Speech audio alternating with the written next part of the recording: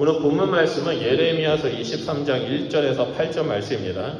하나님은 그동안 예레미야를 통해서 이스라엘 백성이 하나님을 버리고 우상을 섬기는 것들, 그리고 하나님 말씀을 거부하고 불순종했던 것들을 책망하시고 심판을 선언했습니다. 또한 남유다 왕들, 지도자들을 향해서 여호와의 목소리를 듣지 않는 것과 백성들을 보호하지 않고 자기 마음대로, 자기 멋대로, 자기 자신만을 위해서 살아가는 것들에 대해서 책망하시고 심판하셨습니다. 그리고 오늘 본문 말씀에서는 이스라엘의 거짓된 지도자들에 대한 심판에 대해 말씀하고 계십니다. 그리고 나서 이어서 정의와 공의의 왕을 보내주셔서 유다를 회복시킬 것이라는 말씀이 오늘 기록되어 있습니다. 오늘 본문 말씀은 정말 중요한 것 같습니다. 특히 우리에게 너무나 중요한 것 같습니다. 왜냐하면 한 사람의 지도자가 미치는 영향력에 따라 백성들이 심판을 받느냐, 구원을 받느냐에 대한 결과가 나타나기 때문입니다. 오늘 본문에서는 지도자를 목자로 표현합니다. 성경은 이 성경적 리더십에 대해서 말할 때 주로 목자의 리더십을 말합니다. 자신의 이익이 아니라 자신을 희생시키고 양을 구하고자 하는 그 목자의 영성과 리더십이 성경적 리더십의 핵심 가치입니다. 그래서 예수님은 이 땅에 오셔서 선한 목자가 되어주셨고 우리를 구원하시기 위해서 스스로 십자가에서 희생제물로 돌아가시고 또한 부활하셨습니다. 그런데 시간이 지나면서 이런 성경적 리더십이 실종되고 있습니다. 오늘날 우리가 살고 있는 이 세계는 오늘 본문 말씀의 시대적 배경이 되는 주전 586년대, 그러니까 BC 586년대 전후로 한 이스라엘 상황과 너무나 비슷합니다. 다양한 문화와 세상의 가치관들로 인해서 목자의 마음을 품고 하나님 말씀대로 서 있는 지도자들이 많이 부족한 것 같습니다. 여기서 한 가지 말씀드리고 싶은 것이 있습니다. 목자의 마음을 품은 지도자를 말할 때 어떤 분들은 나는 목사가 아닌데, 나는 평신도일 뿐인데 나랑 상관없다라고 생각하는 분이 계실 겁니다.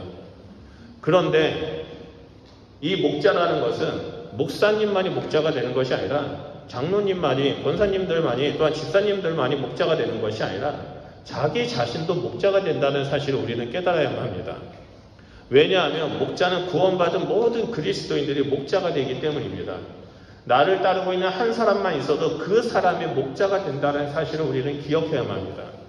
어떤 분들은 가정에서 자녀들의 목자가 되기도 하고 직장에서 직장 동료의 목자가 되기도 합니다. 부부 사이에서도 서로 목자가 되고 무엇보다도 안 믿는 사람들에게, 예수님을 모르는 사람들에게 모든 그리스도인들은 목자가 됩니다. 그렇기 때문에 우리는 오늘 본문 말씀을 유심히 살펴보고 묵상하면서 삶에 적용해야 할 필요가 있습니다. 왜냐하면 오늘 본문 말씀에는 거짓된 목자와 참된 목자의 모습이 나오기 때문입니다. 그리고 영원한 왕이신 정의와 공의를 행하시는 영원한 목자 되신 예수 그리스도가 오늘 본문 말씀에 나오기 때문입니다. 그럼 먼저 우리가 첫 번째로 살펴볼 것은 거짓 목자에 대한 내용입니다. 1절과 2절 말씀을 보도록 하겠습니다. 여호와의 말씀이니라. 내가 목장의 양떼를 멸하여 흩어지게 하는 목자에게 화 있으리라. 그러므로 이스라엘의 하나님 여호와께서 내 백성을 기르는 목자에게 이와 같이 말씀하시리라. 너희가 내 양떼를 흩으며 그것을 몰아내고 돌보지 아니하였도다. 보라, 내가 너희의 악행 때문에 너희에게 보응하리라. 여호와의 말씀이니라 라고 나옵니다. 방금 읽었던 말씀을 보면요, 거짓 목자, 나쁜 목자에 대한 특징이 4가지로 나옵니다. 그것은 양떼를 멸하고 흩어지게 합니다. 그리고 몰아냅니다. 돌보지 않습니다. 이들은 자신에게 맡겨진 이 양떼를 돌보는 것에 관심이 전혀 없습니다. 그러니까 양떼를 멸하게 하고 양떼를 흩어지게 하고 양떼를 몰아내고 돌보지 않는 결과를 나타냅니다. 성경에는 이런 목자들을 거짓 목자 또는 삭군 목자라고 말합니다. 이 삭군 목자란 그대로 삭을 받고, 그러니까 급여를 받고 임시로 일하는 일꾼, 고용된 목자를 의미합니다. 이들의 관심은요, 양을 보호하는 데는 전혀 관심이 없습니다. 오직 자신이 받는 급여에만 관심이 있습니다. 게다가 당시의 삭군들은요, 양들을 훔치기도 했고요, 들판에 풀어놓고 자기는 딴 데 가서 놀다가 때가 되면 찾아와서 마치 돌보는 것처럼 행동했습니다. 그래서 삭을 받는데, 급여를 받는 데에만 집중했습니다. 이들은 자기 자신과 급여에만 관심이 있을 뿐 양들이 어떻게 되든지 죽든 말든지 굶든지 전혀 관심이 없었습니다. 이런 거짓 목자의 기본적인 마음가짐과 태도는 주인과 다를 수밖에 없습니다. 그래서 당시 시대에는요, 삭슬 받고 일하는 목자들에 대해서 사회에서는 도적이라고 낙인을 찍었습니다. 그래서 이 사건 목자에 대한 인식이 나빠지자 아예 법으로 사건 목자에 대한 규정을 정해놓기까지 했습니다. 만약에 일이나 사자 같은 사나운 짐승 한 마리가 양떼를 공격하면 이 사건 목자는요, 도망가지 말고 반드시 막아야만 했습니다. 하지만 이 2마리 이상의 사나운 짐승이 와서 공격하면 사건 목자가 한 명이었을 때는 도망가도 괜찮다라고 법을 정했습니다. 이 법에 따라 한 마리의 짐승이 와서 또는 여러 마리의 짐승이 와서 그 양떼를 공격했을 때 목자가 지키지 않는다면 그 피해에 대해서 이 사건 목자가 피해 보상을 해야만 했습니다. 그렇다면 왜 하나님은 이 거짓 목자, 사건 목자를 예를 들면서 이스라엘의 이 종교 지도자들을 책망하셨을까요? 도대체 이스라엘의 종교 지도자들의 가장 큰 잘못은 무엇일까요? 그것은 바로 그들이 스스로 삭그림을 인정한 것입니다. 그들은 말로는 나는 훌륭한 지도자이다. 나는 하나님의 말씀을 연구하고 가르치는 선지자이다. 나는 예배를 이끄는 제사장이다 라고 말하지만 삶으로는 자기 자신만을 위해서 살아오면서 스스로 삭그림을 주명했습니다. 이런 삶을 보면 자신의 욕망을 위해서 자신의 자리를 지키기 위해서 양떼를 돌보지 않고 몰아내고 흩어내며 결국에 모두를 멸하게 만드는 상황에 이르게 되었습니다.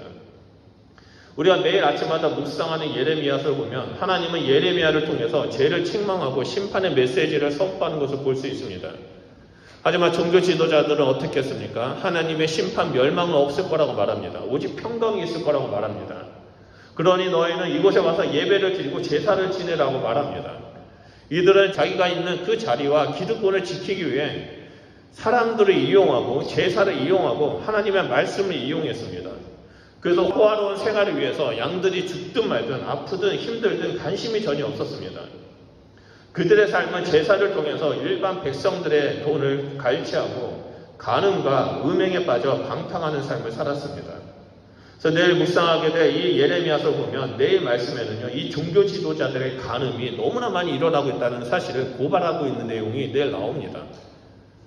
하나님은 이러한 거짓 목자 사건에 대해서 1절에 후반부에 화가 있을 것이다 라고 말하고 2절 후반부에 내가 너희의 악행 때문에 너희에게 보응하겠다라고 말씀하십니다. 이러한 일들이 수천 년 전에 이스라엘에게만 나타난 것이 아닙니다. 오늘날 마지막 시대에 여기저기에서 거짓 선지자와 거짓 교사들, 사건들이 우후죽순처럼 일어나고 있습니다.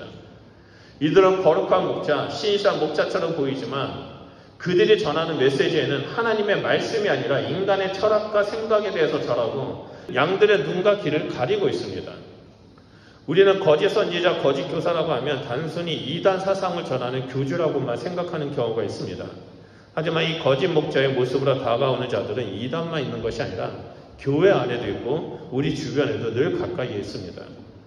거짓 목자들은 하나님의 말씀에 자신의 생각을 덧붙여서 그것이 진리인 양 가르치는 자입니다. 신약 성경을 보면 초대교회 때 거짓 교사들이 예수 그리스도의 십자가의 복음에 할례와 율법을 끼워서 사람들을 미혹했습니다. 우리는 이러한 것에 대해서 경계해야 합니다. 우리가 살고 있는 이 시대는 거짓 선지자, 거짓 교사, 거짓 목자들이 가득한 마지막 시대를 살고 있기 때문입니다. 바울은 디모데에게 마지막 때에 미혹하는 자, 거짓 교사들이 나와서 거짓 교훈으로 성도를 미혹하는 것에 대해서 경계하라고 가르쳤습니다.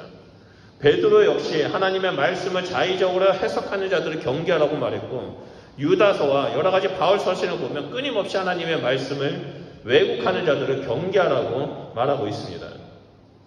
우리가 살고 있는 이 시대, 마지막 시대는 미혹의 시대입니다. 그렇기 때문에 우리 성도님들은 말씀 가운데 깨어있어서 미혹해하는 이 거짓 교사들, 사건 목자들의 메시지에 흔들리면 절대 안 됩니다. 그리고 무엇보다도 우리 각자가 다른 사람에게 영향력이 있는 목자라는 사실을 기억하면서 늘 깨어있는 그리스도인이 되어야만 합니다.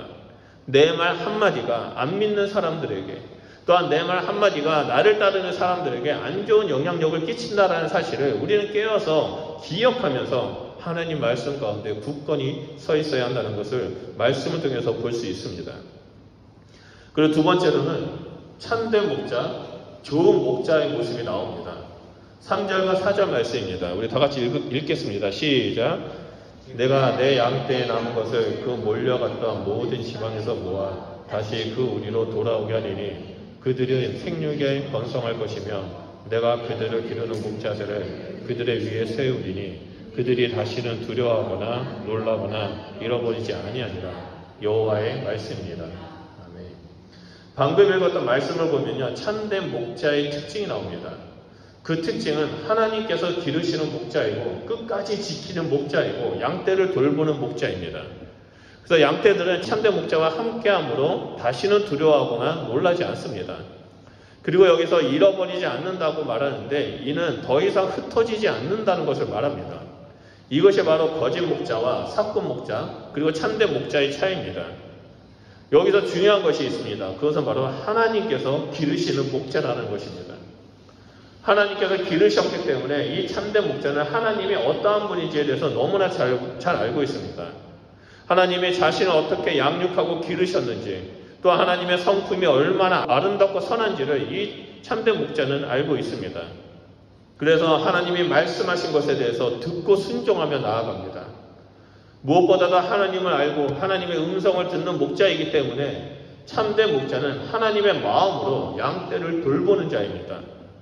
성경을 보면 수많은 하나님의 사람들이 있죠.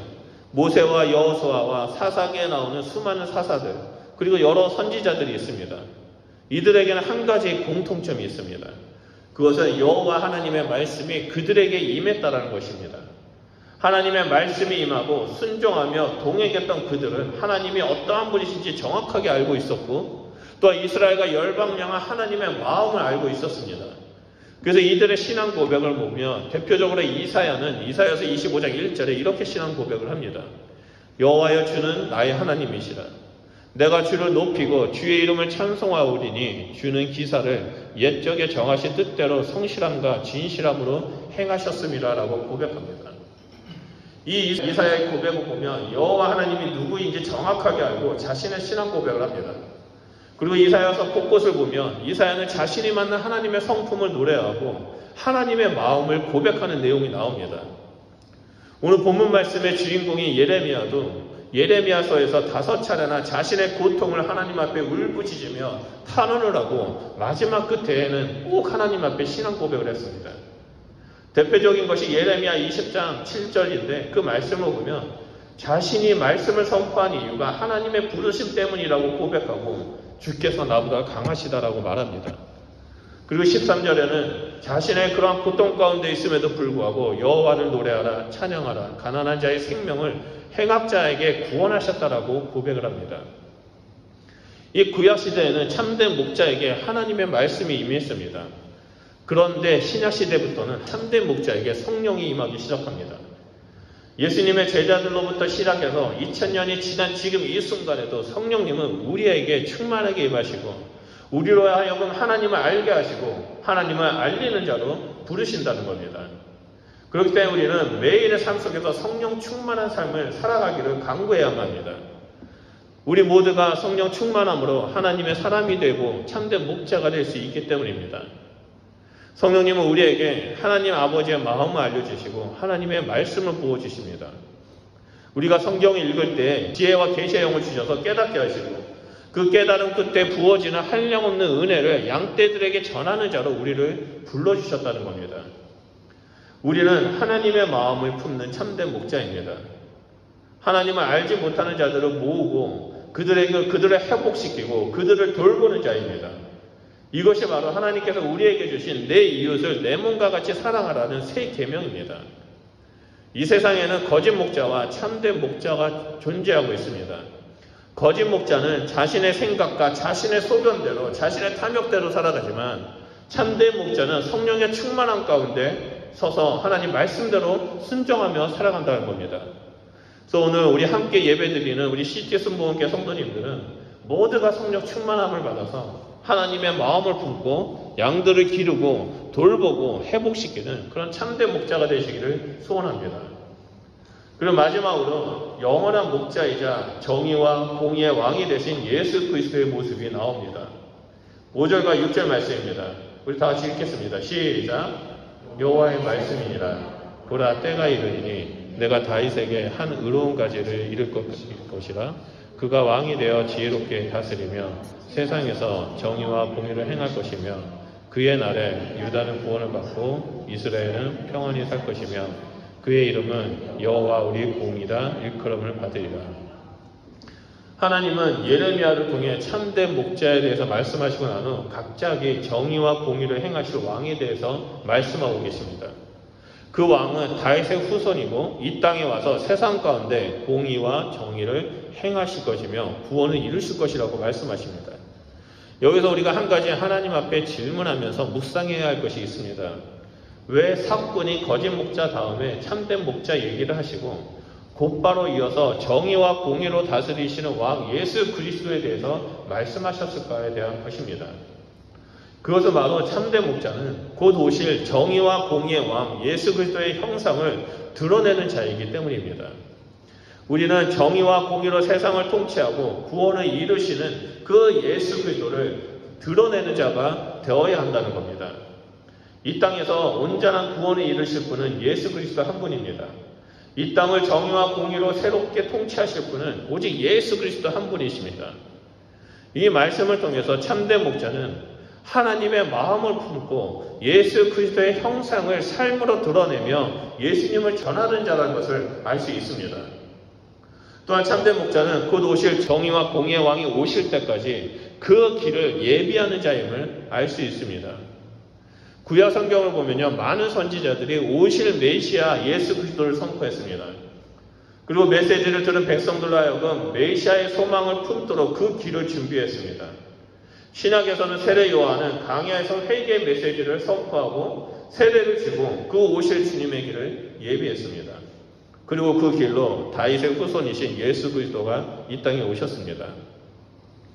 예수님이 이 땅에서 정의와 공의로 통치하시는 하나님의 나라를 선포하시고 십자가에서의 죽음과 부활을 통해서 구원을 완성하셨습니다. 이후 예수님은 하늘에 승천하시고 제자들에게 성령을 부어주셔서 온 유대와 사마리아와 땅끝까지 이르러 복음을 전하는 다시 오실 그 메시아를 전하는 자로 세워주셨습니다. 우리는 그 복음을 듣고 하나님 나라의 백성이 되었고 다시 오실 예수 그리스도를 소망하며 살아가는 자가 되었습니다. 그리고 무엇보다도 우리는 예수님께서 우리와 함께 하셔서 다시 오실 그 주님의 길을 예비하는 자로 세워주셨다는 겁니다. 6절 말씀을 보면요, 정의와 공의의 왕이신 예수 그리스도로 말미암아 구원받은 자들은 평안히 살 것이며 그의 이름은 여호와 우리의 공이라 일컬음을 받을 것이라 라고 말합니다. 그의 이름은 여호와 우리의 공이라라는 말은 하나님의 이름을 말합니다. 야훼 치누게누, 히브리어로 야훼 치누게누라는 말은 여호와 하나님의 이름입니다. 그래서 그 뜻은 그의 이름은 여호와 우리의 공이다라는 뜻입니다. 우리의 의가 되어주시는 그 하나님, 예수님이 이 땅에 오시기 전까지는 그 누구도 우리의 의가 되지 못했습니다. 모든 사람은 죄인이기 때문에 자신의 노력으로 행위로 의인이 될 수 없었습니다. 다른 사람을 또 의롭게 할 수도 없었습니다. 하지만 야훼 치누게누 되시는 그 공의로우신 예수님이 이 땅에 오심으로 말미암아 우리가 의롭게 되었습니다. 이에 대해서 로마서 3장 23절과 24절에 이렇게 말씀합니다. 모든 사람이 죄를 범하였으며 하나님의 영광에 이르지 못하더니 그리스도 예수 안에 있는 성령으로 말미암아 하나님의 은혜로 값없이 의롭다 하심을 얻은 자가 되었느니라 라고 말하고 있습니다. 예수님은 우리의 의로움이 되어주셨습니다. 의로움은 하나님의 가장 중요한 속성입니다. 의가 없이는 아무도 하나님과 교제할 수 없습니다. 우리가 예수 그리스도를 믿고 만나는 순간 예수 그리스도 안에서 제사함을 얻고 의롭다함을 얻었습니다. 그 순간 우리의 의가 되신 예수 그리스도의 옷을 선물로 받아서 그리스도인이 되어버렸습니다. 이렇게 나의 의가 되신 여호와 하나님 예수 그리스도를 고백하는 자들에게는 7절과 8절의 축복이 주어집니다.